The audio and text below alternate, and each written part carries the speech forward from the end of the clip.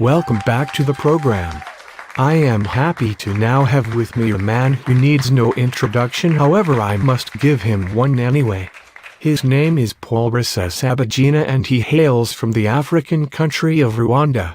Paul's story of survival during the Rwandan Genocide has been made famous through the movie Hotel Rwanda, and his tale of survival has become a worldwide sensation. Good evening, Paul. How are you? I am doing well, Mr. Johnson. I am glad to be here with you. And we are so glad to have you here with us in studio.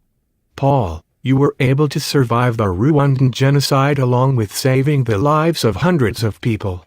First, for our viewers at home, can you tell us what the word genocide means? Genocide is the deliberate killing of a large group of people, especially those of a particular religion, race, ethnic group or nation. Yes, indeed.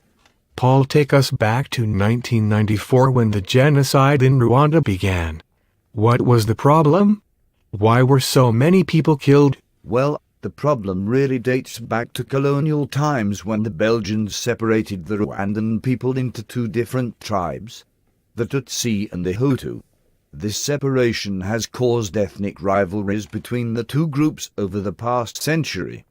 Finally, the genocide began when the Rwandan president's plane was shot down by an apparent Tutsi extremist group.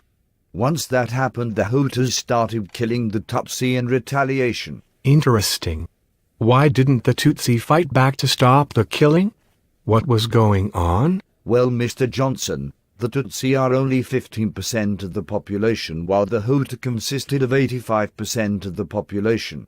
The Tutsi were so outnumbered and scared that they had nowhere to turn. Even the Rwandan government was aiding and abetting the Hutu killers. That is so sad to hear.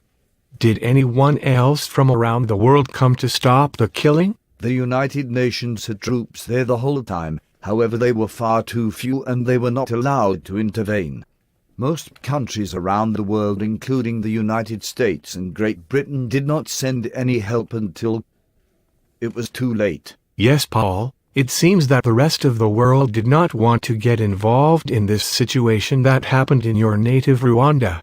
Do you think that the violence could have been stopped? Yes. If the United Nations had sent in a few thousand troops, the violence could have been stopped.